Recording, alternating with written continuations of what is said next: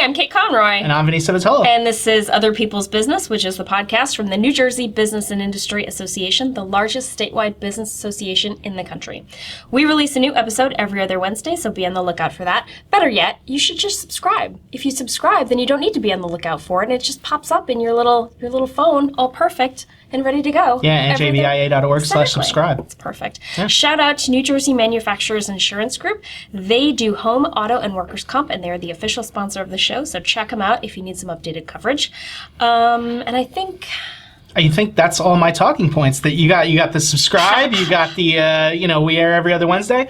So rather than giving my usual spiel about the subscribing and the check us out on iTunes and all that, today I'm going to give a special shout out to Reggie's Gift Baskets and Embroidery. Mm-hmm. Our very own Risa Castro. Yeah, Risa Castro, who made us these awesome mugs. Look at our faces. Yeah. And this one for our guests. So we've been talking for a long time about selling out and merching the show. Yeah. We're finally getting into it. I don't actually have on hand the cost per mug, but by the time we air this episode, I will put it on kind of like a QVC sort of thing. It'll be like, if you want to be drinking out of one of these prestigious OPB merch mugs. And we know you do. Absolutely. I mean, look. Then by all means, write into opb@njbia.org, and the information will be on the screen. But because the sooner you do that, the sooner we can bro down. Exactly. The selling out, the cashing in, and the bro down. That's right. Yeah. It's very important. Plus, these are just awesome. I mean, like I love them so much. So you got like the two of us option, you got the me option, and you've got the her option. No, it's like awesome. The perfect set. And on the back, because we're extra fancy. On the back is the logo. The logo. Yeah. Right? Okay. That's awesome. So with us today, because I ought to introduce him sooner or later, is Paul Onish of the Envelope Printer Company.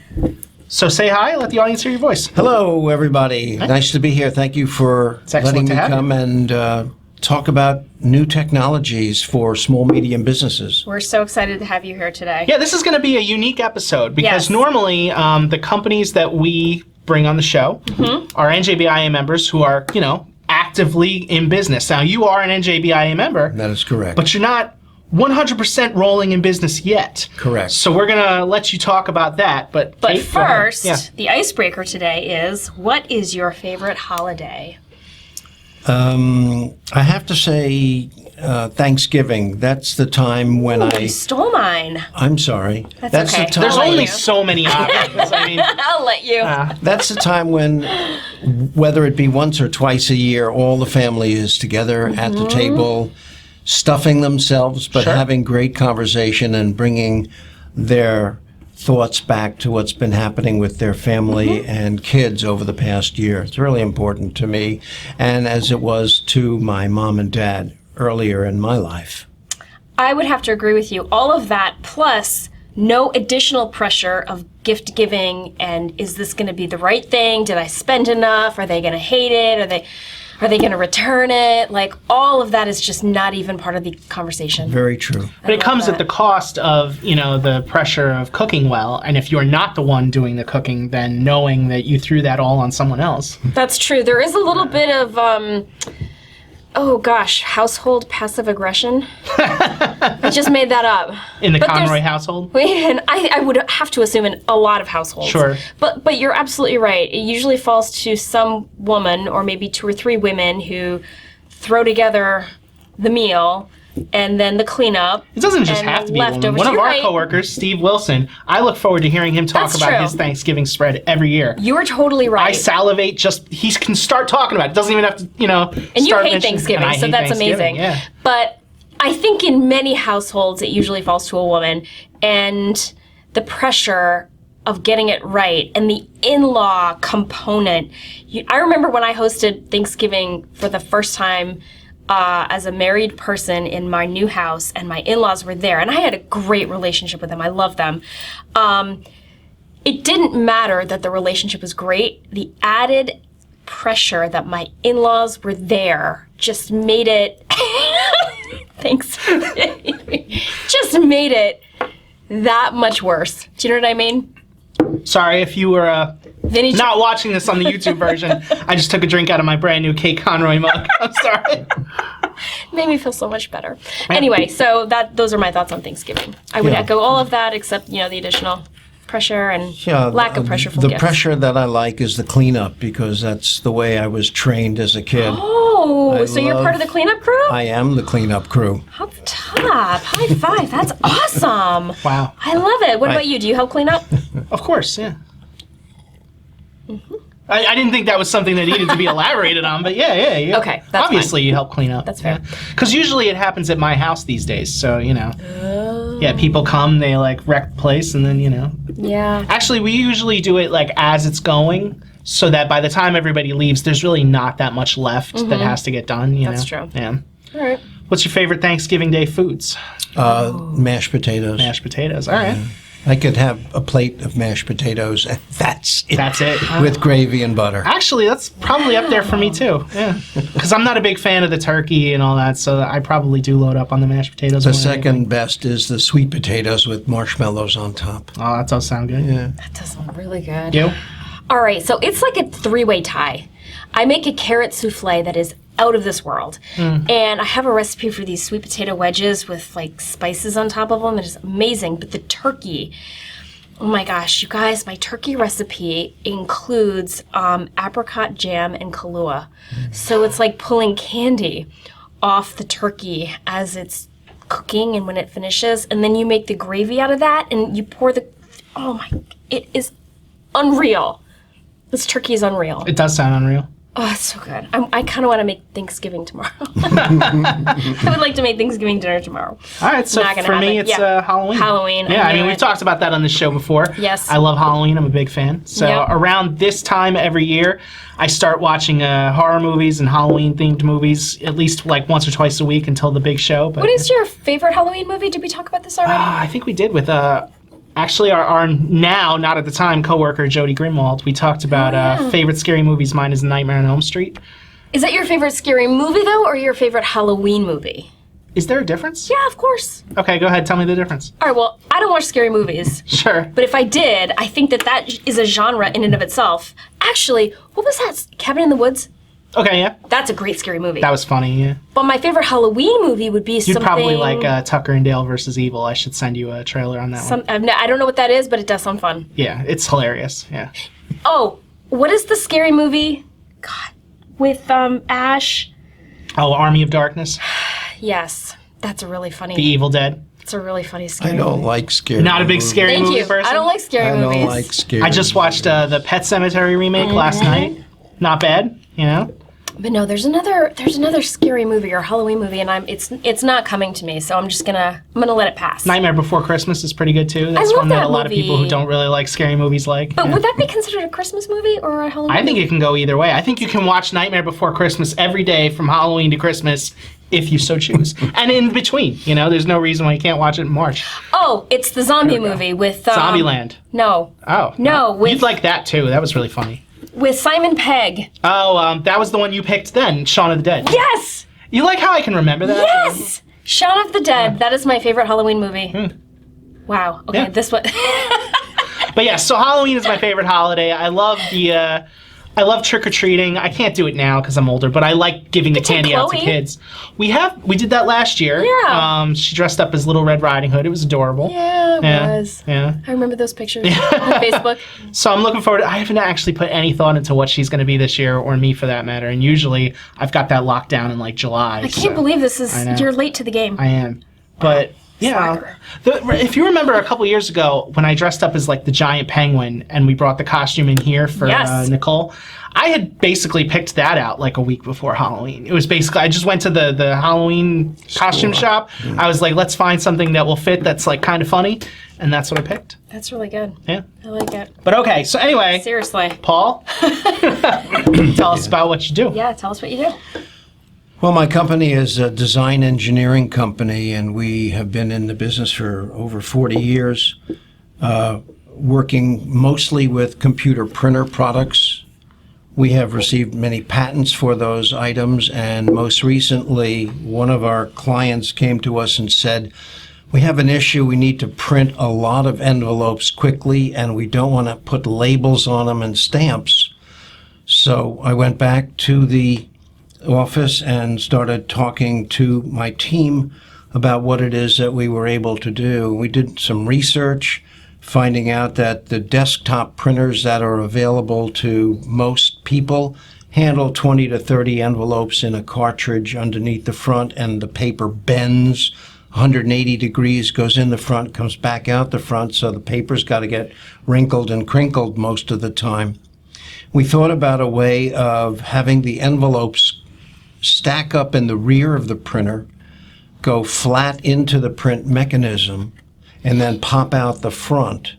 We did some mechanical time trials and figured out that we could actually do an envelope, printing the return information, the to information, and the postal barcode, along with a USPS e-stamp in 2 seconds or less. Wow. My goodness.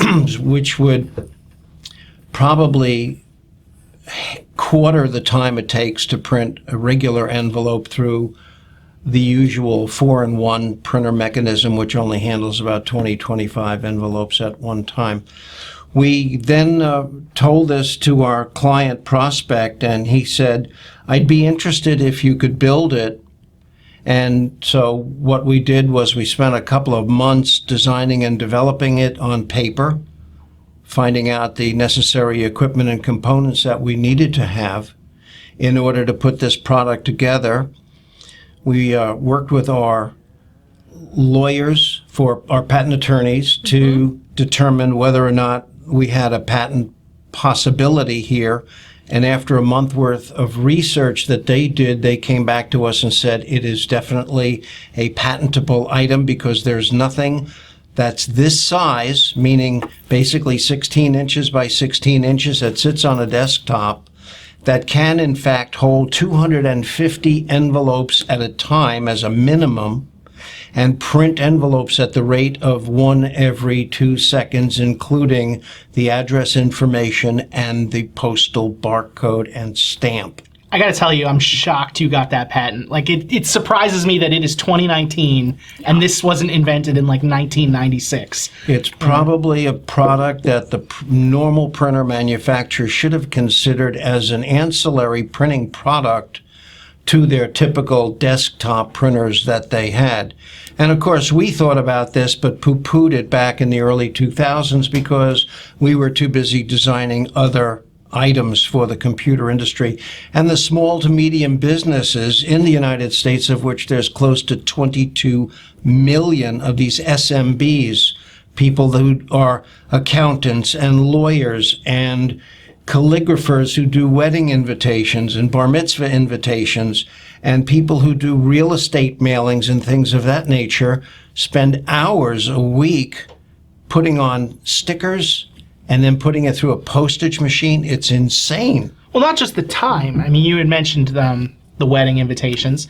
You got this beautiful envelope with your, pretty pink and purple, paper, and then you see this like random sticker in the middle of it, the address. Yeah. Like, this is why I'm surprised nobody's thought of this before. Like, why did nobody look at a wedding invitation and go, that would look classier if we could just print directly on the thing? Exactly right. Exactly right. So we submitted this to the United States Patent Office in 2017, and in 2018, because it takes about a year for the Patent Office to go through the pile of first in, first out. I'm too impatient for that. I'd be calling them like every other week, like, did you get to it already? I know. Yeah. And sometime in the middle of 2018, we received a patent number 9747531. Just in case you wanted to look at it. Just in case someone wants to go look at it online. Sure. And it was for a flatbed envelope printer, whether it's inkjet or laser engine, with Wi-Fi, USB 2 or 3. As you do. As you need, and an exit slot that will let you hold 250 printers at one time. For envelopes. For envelopes, right. Right.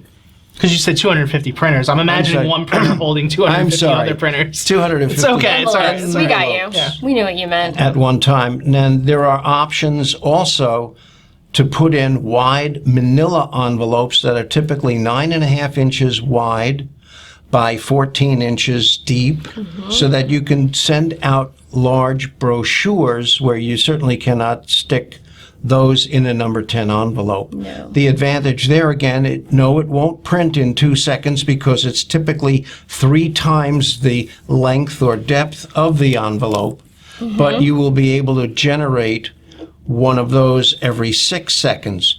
Also, the printhead itself floats on top of the envelope, so whether or not you're putting in a very thin envelope or 3x5 index card, or you're putting in something like a cardboard trifold, I was actually going to say, like, this paper would go through it because the printhead, in fact, will raise up to accommodate the thickness of up to 200 pounds of paper, which is approximately 12 to 14 sheets of copy paper. So the envelope doesn't have to be empty when it goes through the printer. The envelope can be fully stuffed before it goes into the printer. Does it seal the envelope as well? No, it doesn't do that. That's okay. We have not yet. Yeah, I mean, that would have been okay, that would have been like, maybe that's an option for version 2. That actually is on the drawing boards for 2022.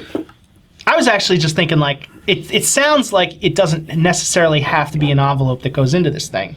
No, as a matter of fact, you could put the annoying real estate flyers that come out Sure. once a month. We just sold a house in your neighborhood. Here is the thing. And again, it comes out with stickers on them and stamps sent by that local real estate agent because he or she sold a property in your development or in your neighborhood. That's a target market for this printer as well. Property management companies are a target market for this printer, envelope printer as well, because they have hundreds and thousands of residents that live in those communities, and monthly, quarterly, semi-annually, they're sending out statements and invoices every month for the HOA fees that are required. There's doctors, there's dentists, there's accountants, there's all sizes of businesses that do mailings that either do it manually with labels. Now, they'll have to print the label with those 3x10 envelope label products, or they're going to sit there and handwrite them or use a rubber stamp if they want to do that. But they have to get a real stamp, whether it's a postage machine or a stick-on from the post office. But it takes so much time to do that, which is a waste of manpower, where these office people or home office workers could leave it unattended to the envelope printer to do it for them. Sure. so eventually this will be manufactured somewhere. Eventually, we are looking for a few manufacturers in the United States to actually build this product. We will be doing negotiations with them in the early 2020 to develop a manufacturing protocol to make this envelope printer. And so that we'll be able to build some prototypes and send them out to other manufacturers and fabricators to see whether or not they would like to get involved with our company, as well as show this at trade shows. We won't necessarily have to print anything on the envelope. We're just going to show them the movement of the paper, the envelope through the bottom of the gravity feed mechanism into the print engine and have it ejected out the front and then get their buy-in.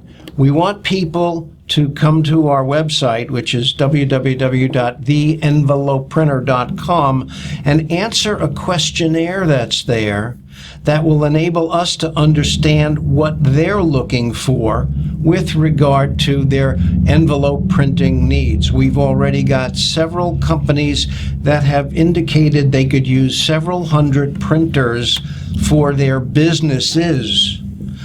Certainly, as I had mentioned, the property management companies that have tens of thousands of houses here in the state of New Jersey alone that they do these monthly mailings.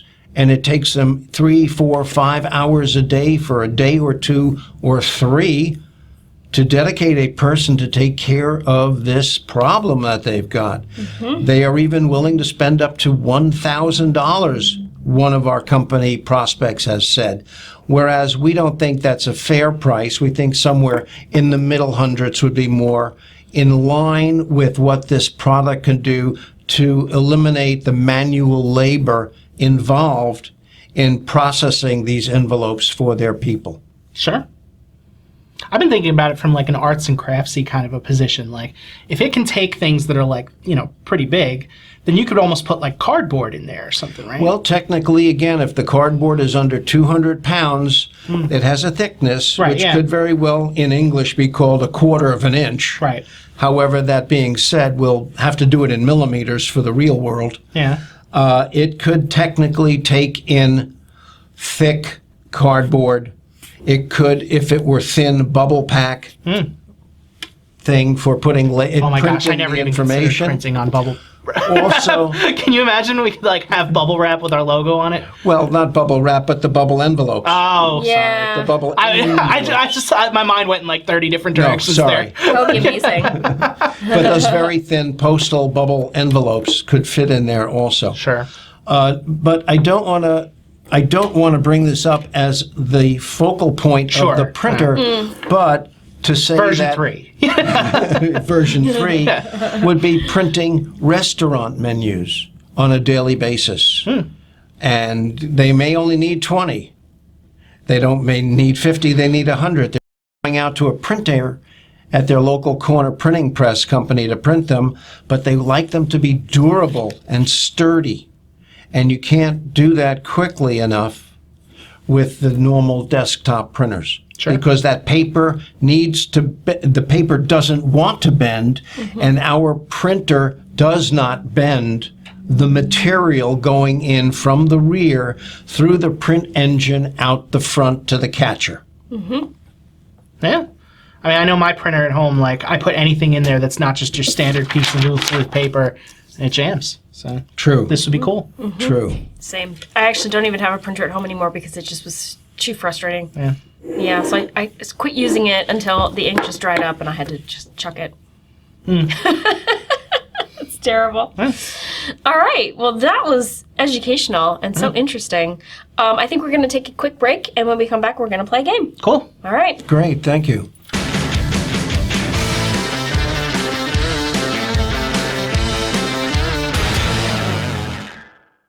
And we're back, and it is now time to play my favorite game. It's called Awful or Awesome. I'm going to name 3 things, and we each have to decide quickly if they're awful or awesome, and be prepared to defend your answers. Ready? I'm absolutely ready. All right, first up, tailgating. So we've done, New Jersey drivers before, and I think everybody on that episode said awful.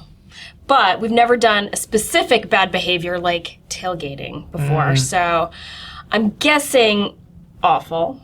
We're all going to be awful. I'm guessing we're all going to be the same, but you just never know. You just never. So tailgating. Tailgating, my opinion of tailgating is probably one of the most dangerous things, aside from weaving in and out of lanes trying to get somewhere just to catch up to the red light at the corner. But when I have a tailgater behind me, I just slowly take my foot off the accelerator Me too. and just slow it down. And if they can pass or not, that's their problem. I had a person arrested because I had it on my dash cam, and I sent the dash cam into the police department. You have a dash cam? Yes, I do. And it gets behind you? No. I got it because he passed me on a double yellow line, and my dash cam picked that up, and I mailed the digital video into the police department with a complaint because it was extremely dangerous during the daytime when you couldn't see the glare that was in front, and this person just did not like going 35 miles an hour in a rural neighborhood and said, I've just got to go faster to get around that person. And when I got to the corner, guess who was at the traffic light in front of me? Yeah. This person who had gone around me and had gone over the double yellow lines after tailgating Don't you just love that? Like, they're in such a hurry and you all wind up in the same place at the same time, like stopped at the same red lights, Yeah. Right. And there was another incident with another double yellow line with someone tailgating me in a 35 or 40 mile an hour thing. And when I got up to the corner of that, he was right there. And I used to just kind of hello wave to that nice person in the lane to my left.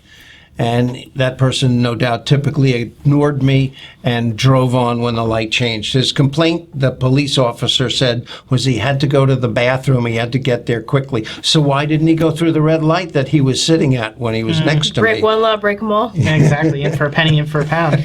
I know. I've wanted a dash cam forever, and I've wanted both the front and the back. Yes, for the safety and the, all that, but really because I just want to like put the videos up on YouTube and narrate them, because how many times are you sitting in your car and are like, are people seeing this? Yeah. Yeah. You can tell people the story later, but it's just like without that video, Mm-hmm. Plus, you ever see those videos that people post on YouTube with like the crazy accidents? Yeah. Like people will cut in front of them and then the car flips over. Not that this is funny. It's not. But it's totally funny. So I love to watch those videos. But yeah, tailgating is awful. And I used to pump the brake. I used to slow down. But like then I started worrying about like them bashing into me when doing that. So now they get like a tenth of my windshield wiper fluid like splashed onto their You do the that is genius. I know, right? Like somebody did that to me once, and it took me a little while to process like what happened there. And as soon as I figured it out, I was like, oh, that's brilliant. Like, why haven't I been thinking about that? Why haven't I thought of that? Yeah, so like it drives people nuts. Yeah. There was one time somebody was tailgating me on a circle. We have a lot of those in New Jersey for our out-of-state viewers, where basically it's literally exactly what it sounds like. The street is a circle, and you get off at like 5 different points in the thing. So this guy is like 2 inches from my bumper on this circle, and I did the typical spray thing, and I wasn't thinking about like anything, that was like unique to the circle, but his window was open and we were on kind of a curve and he got it right in his face. I felt really bad, but again, like if you weren't right on my bumper, then it wouldn't have been an issue. So that is amazing. Yeah. Oh my gosh. He was going crazy. Like usually I look in the rear view just to kind of like confirm that the person is throwing on the wipers and being kind of like angry about it and maybe slowing down. But I just wasn't expecting it. This guy was like freaking out, like throwing his arms up in the air, like all mad. It was hilarious. Very unsafe. You shouldn't do that. I'm not recommending it. Oh, I'm totally doing that. Yeah. There is one other thing you can do, too, for a tailgater. If there's puddles on the right curb, you can drive your car. You don't care if your car gets wet on the undercarriage, but when you drive and you get close to that puddle on the right, just move over a little farther to the right and generate a splash going behind you. I hadn't even thought about that. Genius. If it's a big enough puddle, like those will really give you like a tidal wave in. They're good, yes. Again, they're effective. I don't know if Genius. it's but like if somebody weren't on your bumper, it wouldn't be an issue. Like for all you know, I got bird poop on my windshield and I was trying to get it off, because that could absolutely be the case. And if you weren't right there, it wouldn't matter. That's right. Yeah. Oh, I hate genius. tailgaters, Now, tailgating the partying, that sounds fun, right? Like, I've never done that before, but I've heard great things. I never have either. I've never tailgated a football game. I'm not into sports, concert. so, do they do that at concerts? Yeah, I guess, of course. I think they do. I'm not into that either. Yeah, I've never That's a been deep cut, episode 3, the Concert Haters Club. You should go back and listen to it. Deep cuts. Love it. All right. Next up, Snail Mail. So I know you're here for a very specific reason. I hate the snail mail too. Yeah. Like, I've been doing everything I can to unsubscribe myself from every little thing. Shout out to my dad. I get a lot of his mail now because like the AARP won't leave me alone thinking I'm like ready to retire.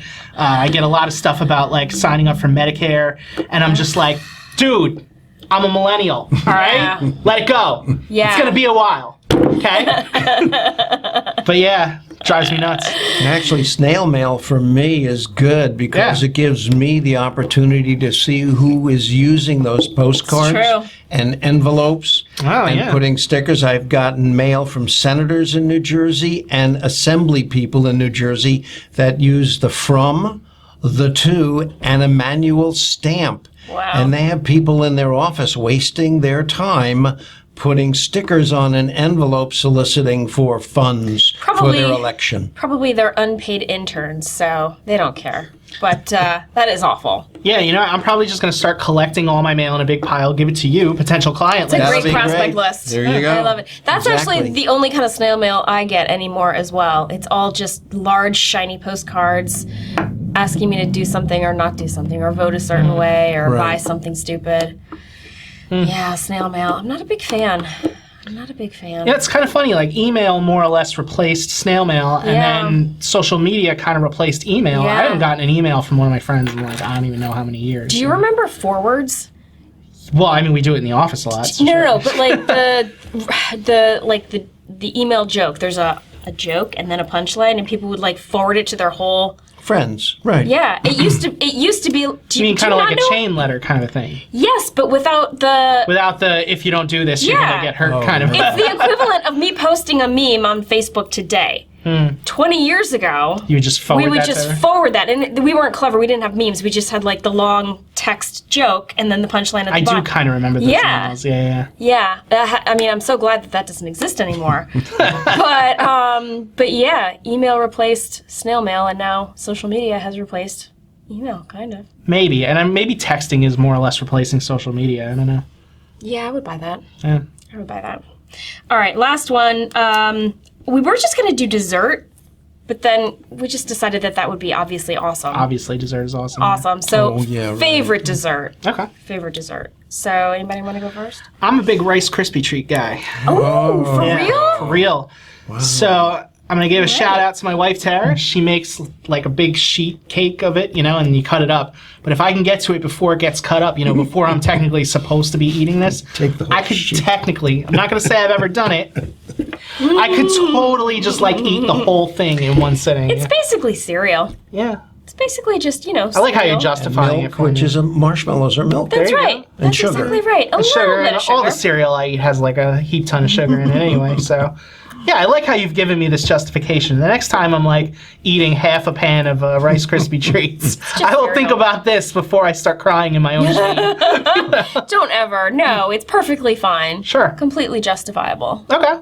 Yeah. What about you? Favorite My dessert? favorite dessert is definitely cheesecake, the quote New York style cheesecake that's there, nice and thick, cold with a graham cracker crust. And is your preferred topping like a chocolate or cherry or just plain? No, just plain cheesecake. Wow. I remember when I was a kid growing up when a company called Sara Lee had a 6 or 8 by 8 flat tray that you could peel off the cardboard top, and I would just stick my fork into it and finish that whole entire 4 by 4, 6 by 6, or 8 by 8.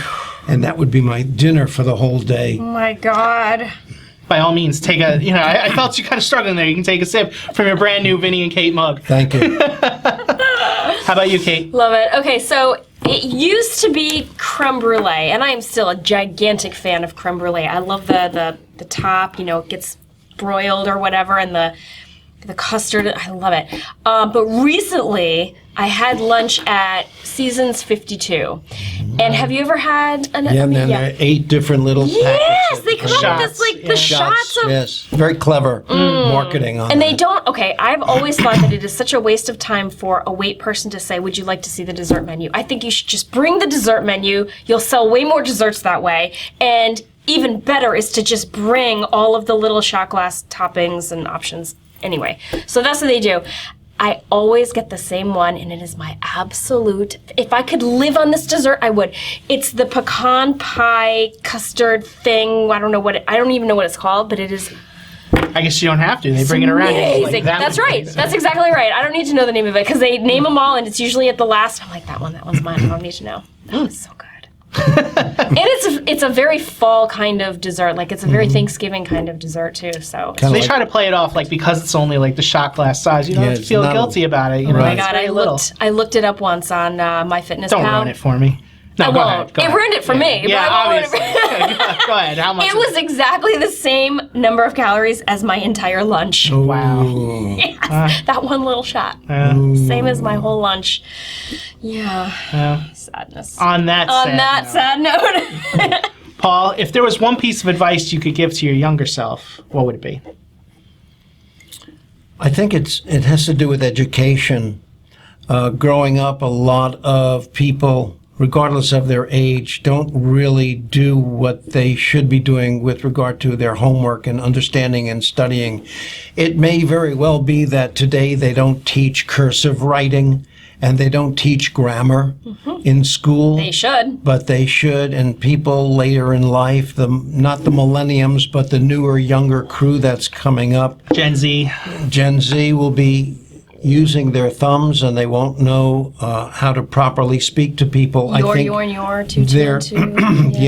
their tongues will go limp, and all they'll be doing is feeding themselves with food. And conversation is so important, and education is so important that my parents made sure that we went to school and we did our homework before we went out to play. And I think that was a good basis. So for me, for my younger self, I should have done a little bit more homework. Okay. I should have studied a little harder. I got pretty good grades in school. I went to a pretty good college. I got an engineering degree, and I've been successful through my life. But I probably could have been a little more successful. This printer could have been invented 10 years ago. That's absolutely right. It could have been manufactured, designed, developed, and engineered in the Y2K era. Sure. And there would have been maybe 10 million as opposed to none at this time. Okay. Tell you what. Well, is there anything, at this point in the show, we normally ask if there's anything you want to promote coming up. But you've got a very unique situation here, so. Well, again, I'm looking, the company is looking for the end users out there in New Jersey and the rest of North America who want to reduce the time it takes for them to print envelopes to their clients. I'm looking for fabricators or manufacturers in New Jersey or in Made in the USA manufacturers to want to build this envelope printer for the 22 million SMB market, small, medium-sized business markets in the United States, and offer them through those big box stores, as they say out there, for a decent retail price. That's our goal for the next year or two, to get together with end users, let them go to the website, fill out a questionnaire, and send the answers to us so that we can bring those email questionnaires to a couple of manufacturers here to give us quotations on built in the USA envelope printers for sale. That's our goal. Not just built in the USA, Wow. built in New Jersey. You got to write that on the box, you know. Built- We're proud of Yeah. our manufacturers. Yes, Yeah, we are. we are. We are very robust and thriving group of people. Right. Absolutely. All right, so if people wanted to contact you, get a hold of you for that purpose, The what would web- be the best way to do it? The website is www.theenvelopeprinter.com. Email, phone number, anything that you would want, you know? No, that information is all on the there? website. All right. I don't want to have to give it out, Sure. nor the telephone numbers. We really don't need phone calls. We really just want emails. Fill out the questionnaire, because that will be the basis by which we take these emails in print to manufacturers and fabricators here in New Jersey and say, we have potential orders for 500, 2,000, 5,000, 8,000, 12,000, 20,000, whatever the number is over the next 6 months to a year, and let them say, we don't want to build it. Because then we will go to another fabricator or manufacturer here with the same pile of emails and say, here they are, they're requesting 500 for their company, 2,000 for their company, 10 for that company, 1 for that company, 2 for that company, to a point where manufacturers are going to say, we better build one of these. We could do that. And it won't cost a lot retail, and to manufacture it won't cost a lot either, because they already have the power supply, they have the printing mechanism, they have the wireless communications modules. They only have to build what's known as the transport mechanism, which moves the envelopes from the stack of 250 in the back across into the print mechanism, whether it be inkjet or laser, get it printed on and shoot it out the front into the catcher. So it's a transport manufacturing and putting on new skins that they want to colorize in the outside. It can be plastic, it can be metal, it doesn't matter. Love it. Well, best of luck. All right. I think that's our show. Yeah. We want to thank our listeners, especially subscribers. We appreciate the support and the love. Thank you to New Jersey Manufacturers Insurance Group, the official sponsor of the show. They do home, auto, and workers' comp, so check them out. And thank you to Risa Castro for these fabulous new mugs. We're so excited to have them. So I'll just take a big sip. Yeah, wow. Makes the Again, water, we'll put the purchasing information on the bottom of the screen. makes the water taste that much more delicious. And thank you to Paul Onish for coming in and visit us with today. The envelope printer company is going to be amazing. I just know it. We certainly hope so, and thank you very much for affording me the time to be here. Absolutely. When you get this up and running, let me know, because I'm sold already. Mostly for my own arts and craftsy kind of purposes, but I want to buy one. So when this thing exists, you let me know. Absolutely. You guys will be among the first. Awesome. Can't Thank wait. you. Thank you. Okay. Thank All you. right. We'll see you next time. All right.